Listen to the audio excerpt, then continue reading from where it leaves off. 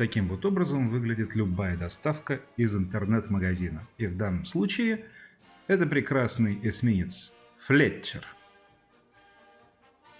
Вот коробка, пожалуйста. Открываем ее. Надо посмотреть, что там внутри. Эсминец Флетчер. Обычный масштаб 1 к 350. Вот он, пожалуйста. Производство Тамия. Откроем коробку. Первое, что мы здесь видим, очень нужная вещь, мануал. Но мануал не очень удобный на 5 картинок. Это схема окраски корабля. И надо сказать, что она довольно сложная. Вот так я, наверное, не сумею покрасить. Корпус. Корпус корабля литой. Это хорошо. Далее литник. Вот, пожалуйста, палуба, надстройки. Здесь нужная вещь, подставка, торпедные аппараты, орудия главного калибра. Это части надстроек. Вот они. И вот еще одна точно такая же. Они одинаковые. Что здесь? Номер 445. Итак, что же касается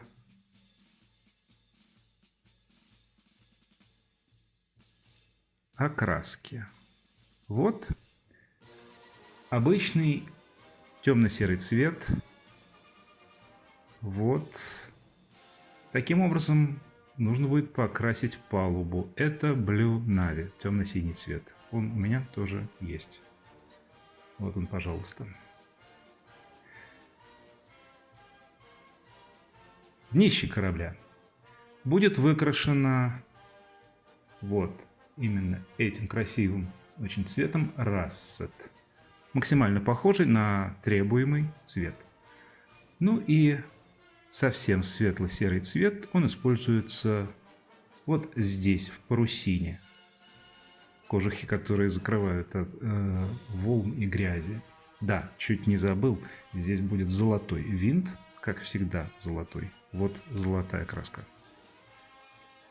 Вот здесь внутри просто необходимо покрасить цветом Blue Navy, о котором я только что говорил. Американские корабли Второй мировой войны часто использовали такую окраску для палубы. Сейчас я буду делать подставку. Это то, что я всегда делаю первым.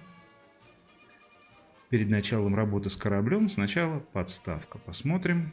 Так, ну здесь сразу видно, это некрасиво. Нужно взять надфиль и зачистить. С этой стороны тоже. Вообще я зачищаю практически все детали. Только я этого не показываю, потому что долго. Сначала мы примерно прикинем, примерим, а теперь мы склеим. Вот с этой стороны. Да, именно с этой стороны это должно быть.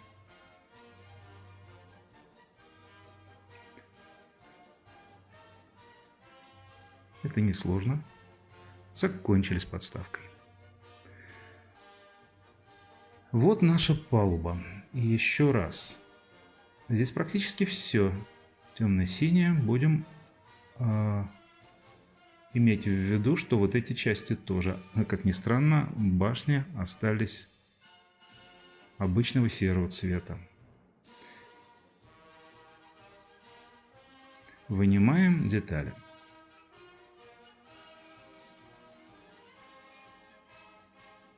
Я уже говорил, что я практически все буду обрабатывать надфилем или наждачной бумажкой. Я просто этого не буду показывать, потому что и так здесь все нужно сделать достаточно быстро. Вот я указываю на те детали, которые должны получить темно-синий цвет. Это достаточно сложная операция.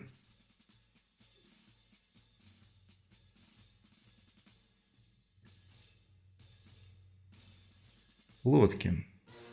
Лодки я собираюсь покрасить в цвет днища корабля.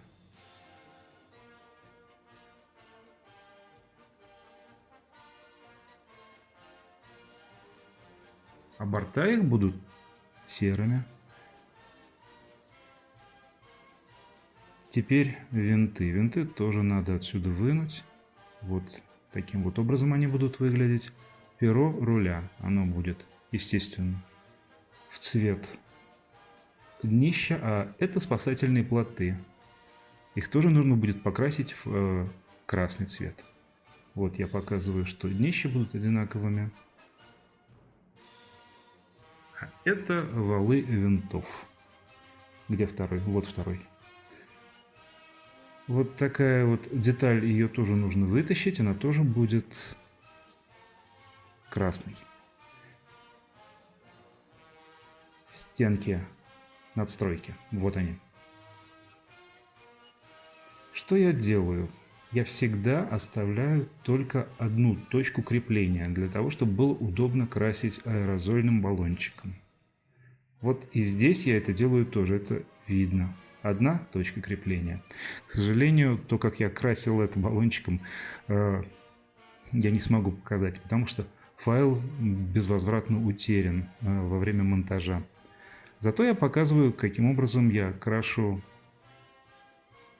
днище корабля. Вот здесь довольно удобная лента, с помощью которой я защищаю уже окрашенный борт, чтобы туда не попала красная краска. Аккуратно соединяю. А здесь я собираюсь поработать с лодками. Таким вот образом надо в 30 сантиметрах держать аэрозоль.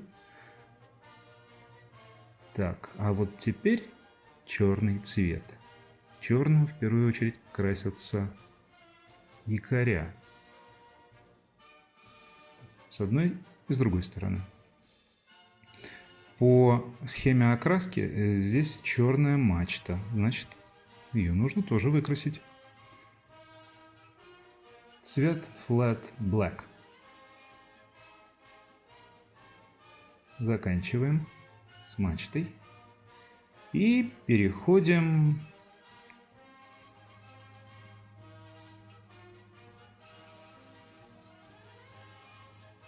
к вот этой вот части, венчающей трубу. Она тоже всегда черная.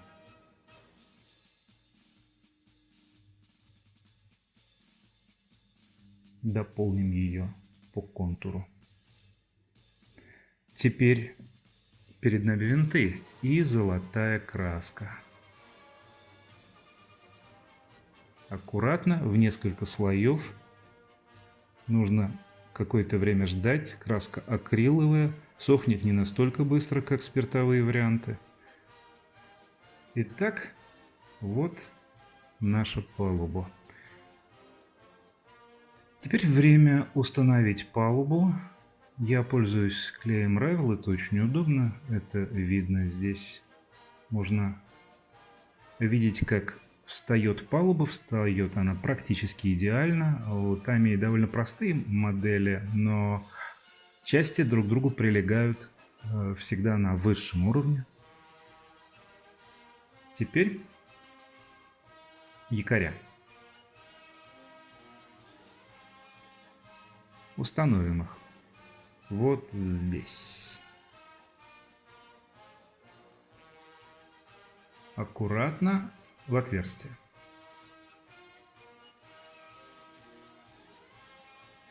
И еще нужно прижать. То же самое я делаю с другой стороны, но в процессе сборки я часто не буду показывать, что с другой стороны, с другого борта корабля я делаю абсолютно то же самое. Вот так выглядят наши якоря, вот так выглядит корпус корабля. Что же теперь мы будем здесь делать? А мы теперь с помощью серой краски уберем вот эти вот некрасивые подтеки, которые время от времени все-таки заливаются под даже самые лучшие ленты. А здесь я показываю, что же с нашими лодками. Наши лодки имеют красные днища, но есть небольшие потеки серого. Его тоже нужно будет аккуратно убрать. Подкрасить кистью. Вот, пожалуйста, наша краска Рассет. Она несколько высохла, я ее использую уже давно. Вот вторая лодка рядом. Внутри они выкрашены темно-коричневым цветом. Далее. Вот здесь еще одна небольшая проблема. Ее надо убрать. Да, вот таким вот образом. И вот тут сбоку. Ее плохо видно? Да, вот так вот получше. Тоже закрасим.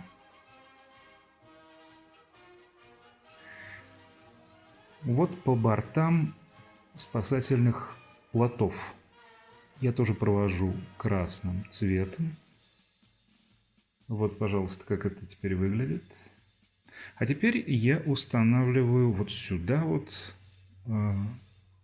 красивые золотые винты и буду использовать моментальный клей. Почему? Потому что я хотел бы, чтобы они держались максимально хорошо. Штифты здесь очень и очень мелкие. Боюсь, что обычный клей, его здесь просто не хватит.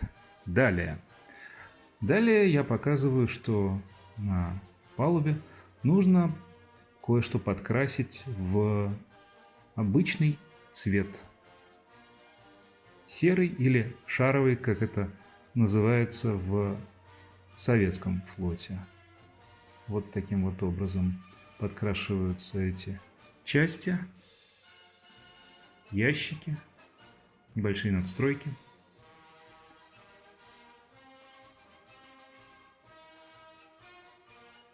Вот сбоку. Кисть нужна очень тонкая. Вот как та, которой я сейчас пользуюсь. Краска ложится отлично. Вот. Далее мы смотрим, и перед нами третья позиция, третий лист, третья картинка. Здесь из 5 частей нужно построить главную надстройку. И вот эту вот часть, связанную с антенной. Вот эти части. Для тех, кто смотрит это в качестве помощи для сборки, я показываю их очень близко и показываю их номера специально. Вот, пожалуйста, здесь будут 2 небольших прожектора. Я их уже покрасил серебряной краской, и сейчас мы их отделим от литника. Вот таким вот образом. Вот они лежат. Далее сборка. Рекомендую сначала всегда делать примерку. Проверять, как они друг к другу встанут. Ну вот здесь сразу видно остатки, о которых я не подумал. Надо их убрать и зачистить. Остатки соединений. А теперь сажаем на клей. Вот таким вот образом вставляется стенка.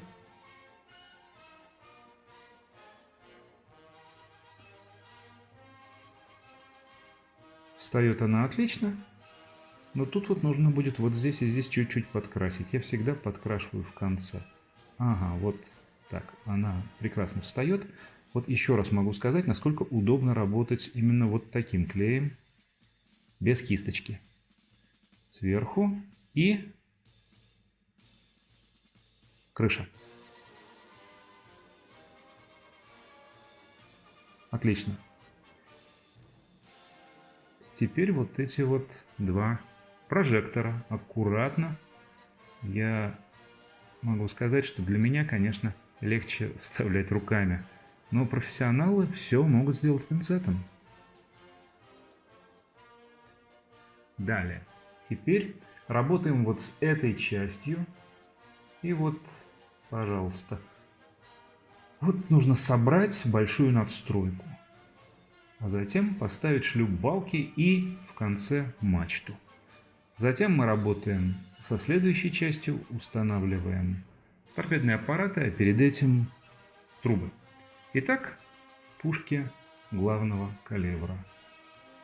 У нас здесь показано, каким образом они собираются. Собираются они из нескольких частей. Достаточно просто сделать.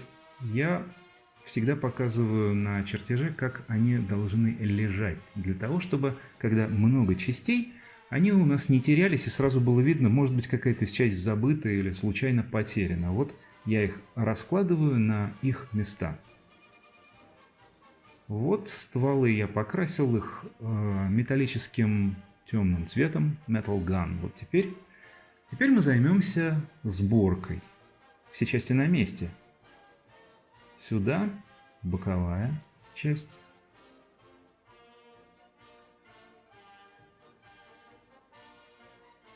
Вот она. Аккуратно, аккуратно нужно поставить. Этот клей удобен тем, что он не засыхает сразу. Можно корректировать точно так же, как я это делаю вот сейчас здесь. Снова корректирую. Так, плохо встал, надо чуть-чуть вот таким образом выгнуть его. Замечательно. Теперь вставляем туда ствол орудия и вот эта часть. Собственно, то, на чем и держится вся башня. Вставляем ее. Так. Башня главного калибра эсминца Флетчер готова. Порядок.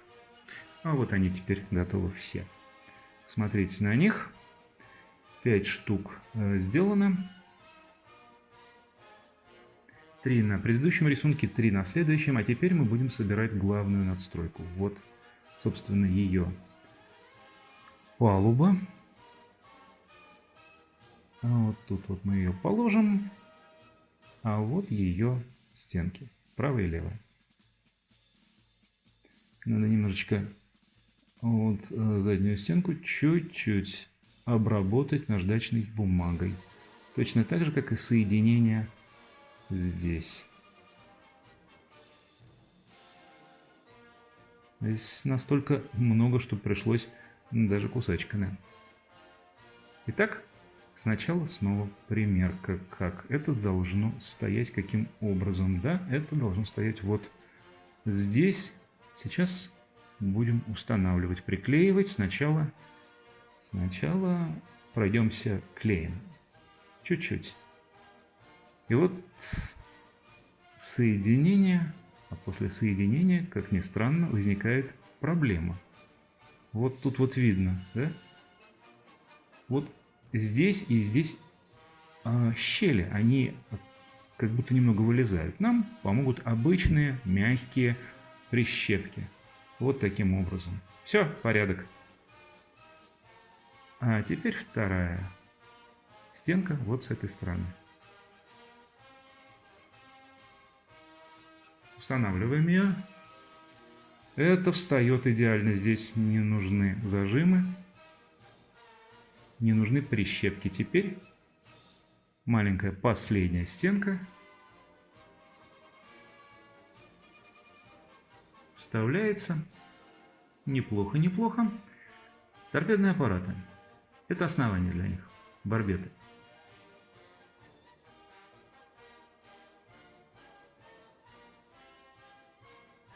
Далее нужно установить эту большую надстройку. Затем нужно установить орудия, шлюпки,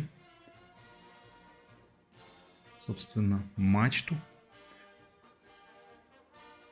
Нужно собрать все части, которые сейчас мне понадобятся. Вот они, пожалуйста, тут и шлюп-балки, тут и артиллерия малого калибра, то есть ПВО, и большого калибра, и спасательные средства, плоты. Итак, начнем установку сначала. Примерка. Как я, собственно, всегда и говорю, сначала мы должны понять, встает ли, может быть, что-то мешает. Да, здесь, кажется, никаких проблем не будет. Да, действительно, здесь все в полном порядке. Теперь нужно попробовать вставить мачту. Так, мачта тоже встанет вполне себе хорошо. А башни главного калибра можно вообще вставлять спокойно. Их даже не нужно приклеивать. Вот та часть, которая почему-то встает не очень хорошо, потому что она маленькая, приходится ее корректировать руками. Да. С другой стороны тоже такую же поставим, а сейчас здесь установим два ПВО пулемета. Вот они. Один. И еще один. Аккуратно нужно вставлять. Немного даже внутрь его. Нажать. Теперь устанавливаем что? Это плоты. Устанавливаются с трудом. Тем не менее, штифты и отверстия хорошо подходят друг к другу. Нельзя сказать, что у Тамии есть какая-то проблема с этим. Ну, скажем, в отличие от моего любимого трампетера. Здесь я устанавливаю шлюп-балку. А здесь еще один плот. То же самое будет и с правого борту. Аккуратно и вставляем. Вставляем. Все, встал, порядок. Далее. Шлюп-балка. Встает с трудом, приходится действовать пинцетом.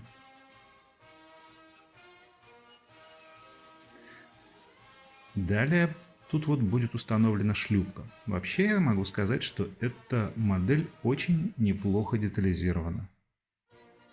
Тамия не из тех компаний, которые увлекаются детализацией, но именно эта модель просто отлична. Итак, смотрим на следующую позицию, следующий рисунок. Здесь нужно сделать гнездо для двухствольной системы.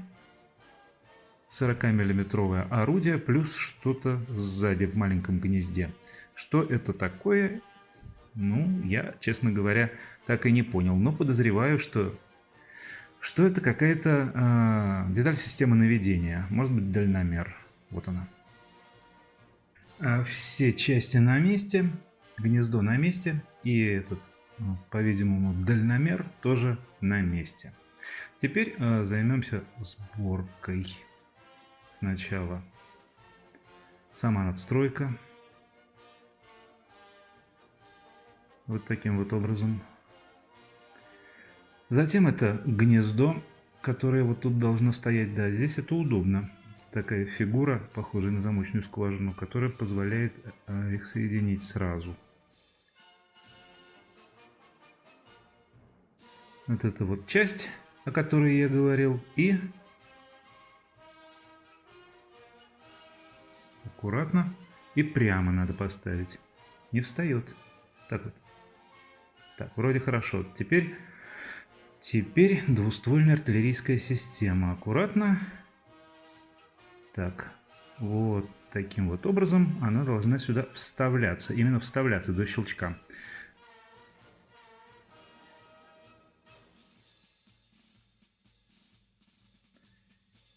И вот так, таким вот образом в ее гнездо. Отлично, система встала, ее теперь нужно чуть-чуть прижать. Все. Теперь установим ее на надстройку. Вот сюда. Встает? Да, встает хорошо. Отлично встает. Без щелей. Сама надстройка. Вот так. Отлично. Посмотрим, что у нас в самом конце работы с пластиком. Это две системы по сбросу глубинных бомб. Флагшток. Еще несколько шлюпбалок, еще один флагшток. И все. Это глубинные бомбы. По схеме окраски корабля они почему-то серого цвета. Вообще-то я привык, что они черные, но схема окраски требует оставить их серыми. Вот сюда мы устанавливаем их. Как я и говорил, с правого борта то же самое будет. А здесь будут кран-балки. Я их шлюпбалками назвал неверно. Кран-балки для того, чтобы спускать вниз, за борт, глубинные бомбы. Вот устанавливается средний, последний. Нужно их подкорректировать, чтобы они стояли ровно, прямо, все три. Аккуратно. Вот система сброса, рельсовая система сброса бомб.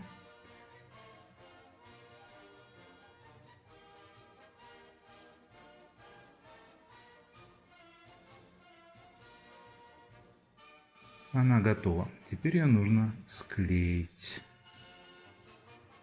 2-3 капли и соединить. Соединяется не очень хорошо. Теперь вот эти части.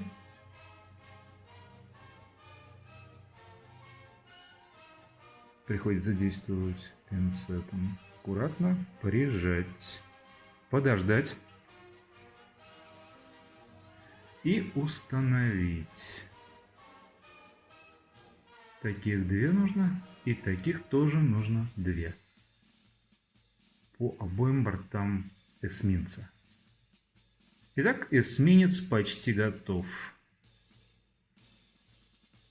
А вот флагштоки, которые нужно установить здесь и здесь. Самая последняя картинка, как я уже показывал. Здесь уже все сделано.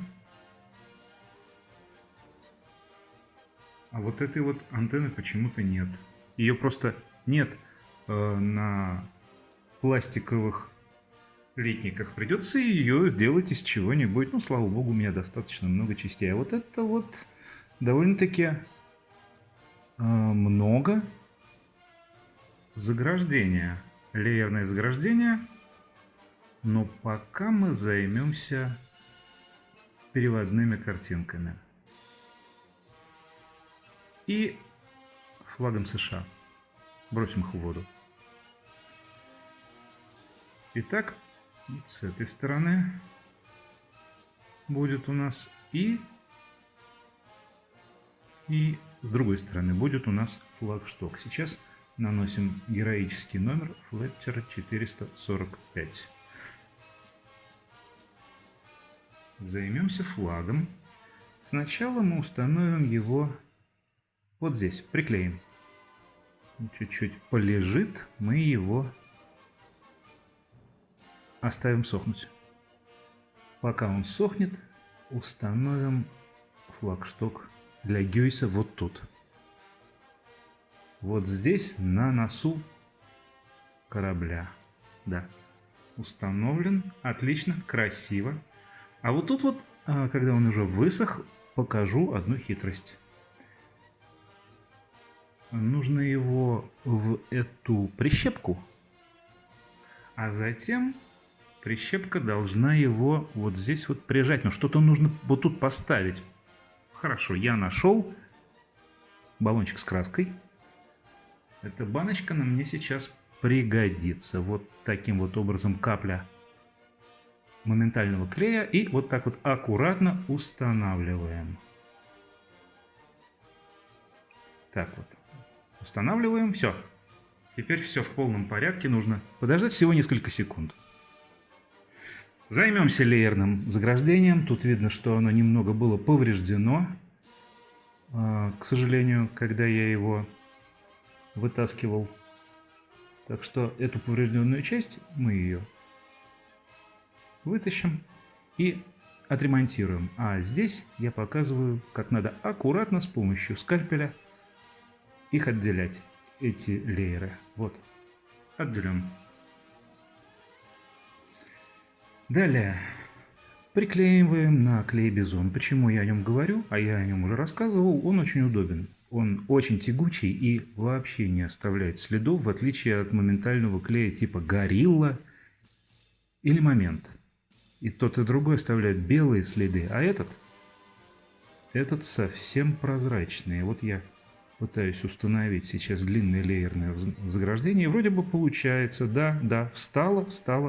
Видно, что этот клей там есть, но его скоро не будет, он просто высохнет. Сейчас я примерил и устанавливаю леерное заграждение с правого борта по носу.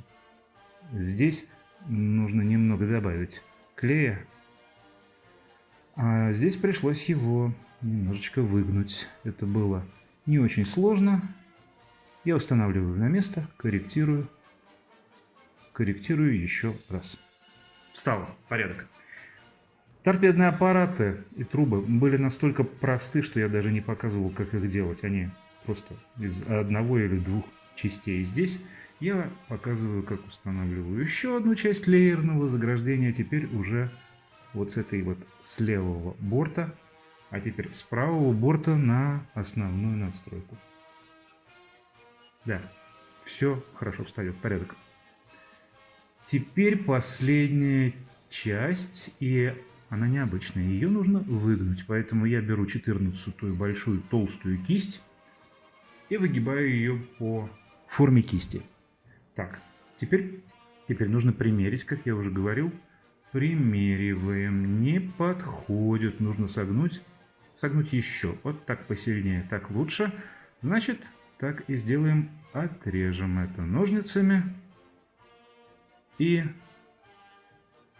приклеив, можно сказать, все. А настоящее украшение моей коллекции — прекрасная детализированная модель от Tamiya, замечательный, самый крупносерийный в мире боевой корабль, 175 одинаковых кораблей типа Fletcher было построено за время Второй мировой войны. Даже до сих пор 4 из них являются кораблями-музеями, вооружен 127 миллиметровыми орудиями, 2 торпедными аппаратами, 329 человек команды, 2300 тонн водоизмещения и прекрасная песня Брюса Спрингстина.